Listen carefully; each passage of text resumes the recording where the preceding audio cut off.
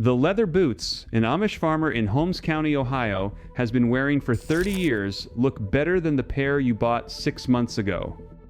His father broke them in. He has never bought a bottle of leather conditioner in his life, and the 2-ingredient treatment sitting on a shelf next to his masonry heater costs $3. The $85 billion boot industry needs you to never find out what is in that tin. By the end of this video, you will... Let me take you back to where this started for me. About 9 years ago, I was visiting a family in Holmes County, Ohio. Good people, 3rd generation on the same farm. The father was out in the barn shoeing a horse, and I noticed his boots. They were dark, supple, not a crack anywhere. I asked him how old they were. He smiled and said his father had broken them in. His father! Those boots were over 30 years old. They looked better than the pair I had bought 6 months earlier. I asked him what product he used. He did not understand the question at first. Product? He walked me over to a shelf near his wood stove and showed me a tin can with a waxy substance inside. Beeswax and tallow. That was it. 2 ingredients. He heated the tin on top of his masonry heater, rubbed the warm mixture into the leather with his bare hands, and those boots drank it up like dry soil drinks rain. No brand name. No fancy label. No $12 bottle from a store he would never visit anyway. And right there, standing in that barn, I realized I had been lied to for decades. Not by him, by everyone else. Here's what nobody in the boot industry wants you to understand. Leather is skin.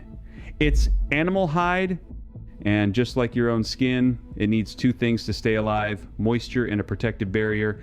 When leather dries out, the fibers become brittle, they crack, they split, and once that cracking starts deep enough, there is no going back. The boot is finished.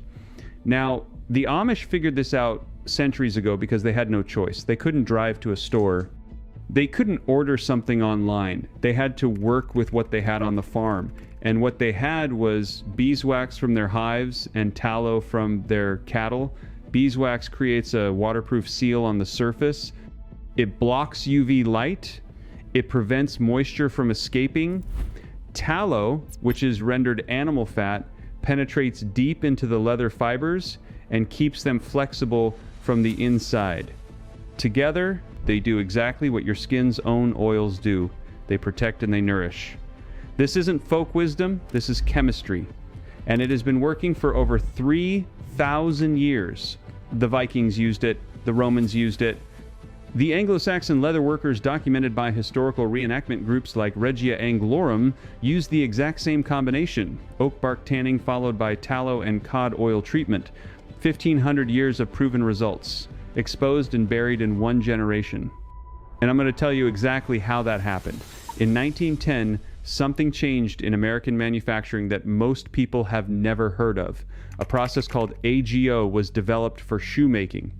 Before that, quality boots were built using a technique called the Goodyear welt. If you've never heard that term, here's what it means. The upper part of the boot, the leather you see, was stitched to the sole using a special welt strip of leather. That stitching meant a cobbler could remove the worn sole and sew on a new one again and again. 10 times, 15 times, 20 times. The upper leather, if treated properly, would outlast 5 or 6 soles. A single pair of boots could serve you for 20 or 30 years. The AGO process replaced all of that stitching with glue. Cheaper to manufacture, faster to produce, and completely impossible to repair. When the glued sole separates, and it always does, the entire boot goes in the trash. That wasn't an accident, that was the plan. Today, 90% of the shoes manufactured on this planet end up in landfills. 24 billion pairs were produced globally in 2022.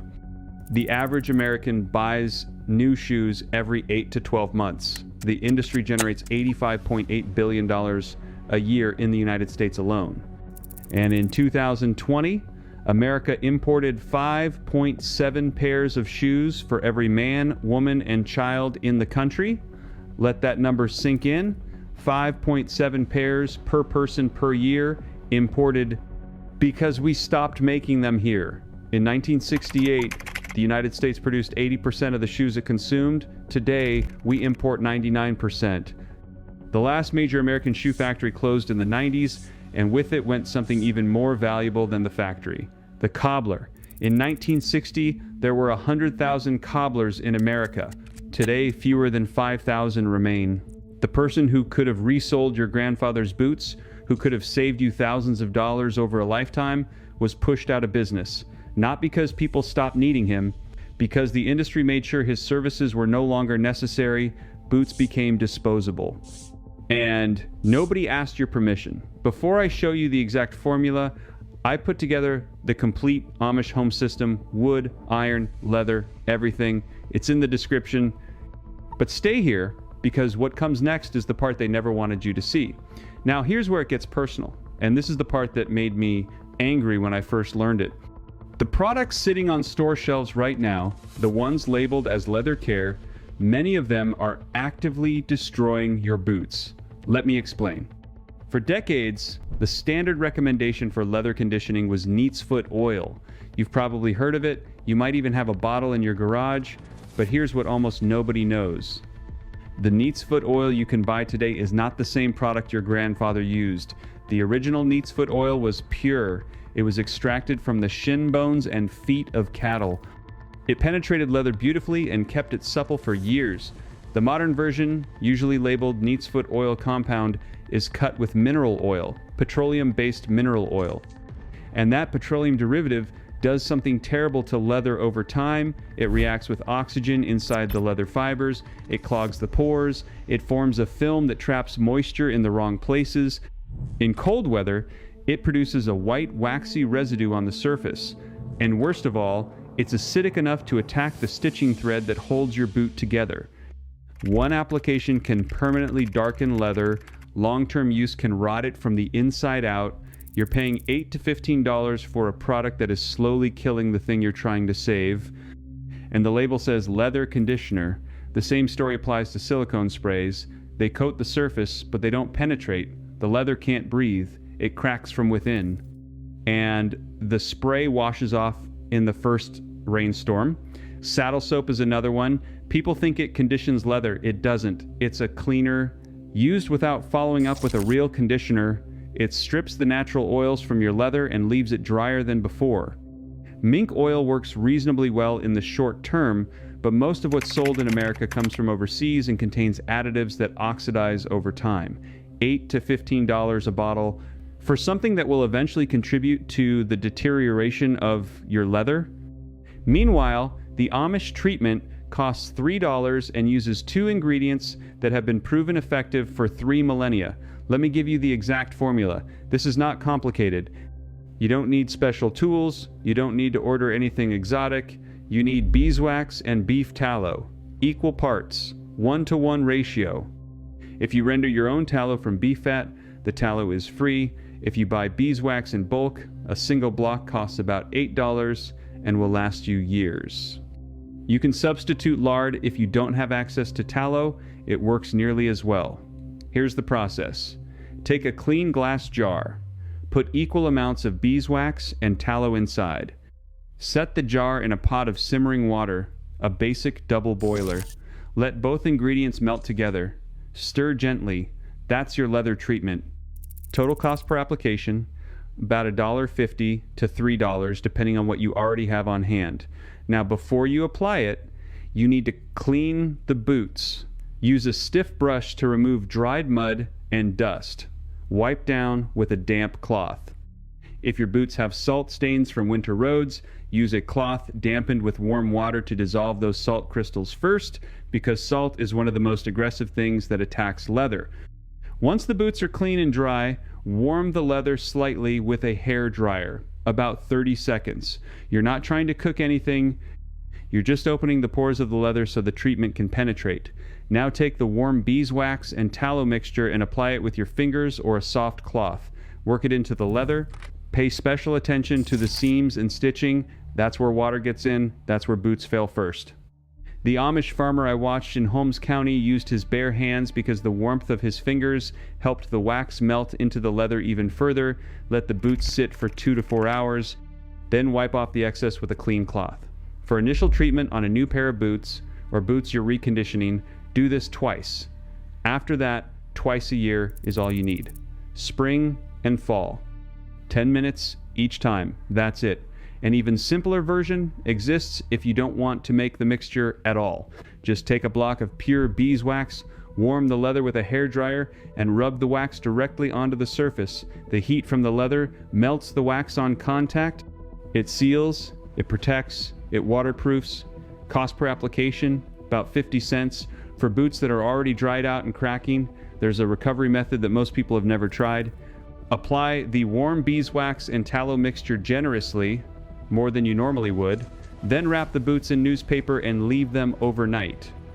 The newspaper absorbs the excess while the oils and wax continue to penetrate deep into the damaged fibers. In the morning, unwrap them and wipe clean. I've seen boots that looked ready for the garbage come back to life after one overnight treatment. Not perfect, but functional, supple, with years of wear left in them. You cannot do this with silicone spray. You cannot do this with Neat's Foot Oil Compound. You can only do this with ingredients that match the original chemistry of the leather itself, animal fat and natural wax, the same materials that were in the leather when it was first tanned. Now here's what I promised you at the beginning. The technique I have never seen in any boot care guide, and I spent months digging through forums, talking to leather workers, reading conservation manuals. Here it is. Museum curators, the people responsible for preserving leather artifacts that are 300, 400, sometimes 500 years old, use a specific product called Pecard's leather dressing. A conservator from Ohio confirmed this in a homesteading forum. His exact recommendation was that museum curators prefer Pecard's over every other product on the market for protecting and preserving leather, whether it's new or centuries old. Now, here's what makes this interesting. Pecard's is not new. It's been around since 1802, and its primary ingredients are beeswax and animal-derived oils. The same base formula the Amish have been using, the same chemistry the Vikings used, the same treatment the Anglo-Saxons applied to their leather 15 centuries ago. The museums know this works.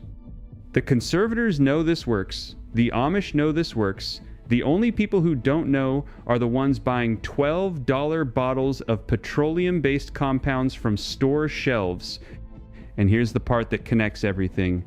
Do you remember that rich, deep smell of a vintage car's leather interior or an old saddle that's been in a barn for 40 years? That smell, the one everyone calls nostalgic, isn't nostalgia, it's chemistry. That specific aroma comes from cod liver oil that the original tanners used in the curing process. It was part of the treatment. The same cod oil that appears in the historical U.S. cavalry formula for boot care. Beeswax, tallow, cod oil, and pine resin. Trappers used it. Loggers used it. The United States Army issued it. Pine resin added antimicrobial properties and insect resistance. Cod oil penetrated deeper than any other natural oil and carried antioxidants into the leather fibers. That smell you associate with quality and tradition, it's the smell of a preservation method that was deliberately replaced by cheaper petroleum alternatives. The quality you remember isn't gone. The recipe was just taken off the shelf. Let me put this in dollars so you can feel exactly what's been taken from you. The average American spends $400 to $600 a year on footwear over 25 years. That's $10,000 to $15,000 on shoes that were designed to fail. A pair of Goodyear welted boots, the kind that can be resold, costs $200 to $400. Treated with the $3 beeswax and tallow formula twice a year, those boots can last 20 to 30 years. The total cost of the treatment over 3 decades is less than $200. You're looking at a pair of boots and $200 in treatment versus $15,000 thrown into landfills. The math isn't complicated. The industry just hopes you never do it. The knowledge I just shared with you isn't mine. It belongs to every generation that came before us and had the common sense to take care of what they owned instead of throwing it away and buying more. The Amish didn't invent this, they just never stopped doing it. And that might be the most important distinction of all. If you're the kind of person who looks at a worn pair of boots and sees potential instead of garbage, if you believe the best knowledge is the kind that saves you money and makes you less dependent on a system designed to keep you spending, then you already understand why this matters. Tell me something in the comments. Drop your state and tell me if you still own a pair of work boots you've had for more than 10 years. I want to know where the people who refuse to throw things away are still holding the line. And if you haven't already, subscribe. Not for me, for what's coming next, because the boot treatment was just the beginning. The next video covers a technique the Amish use on their farm tools that the hardware industry has been trying to bury for 50 years. And trust me, that one is going to make you even angrier than this one did.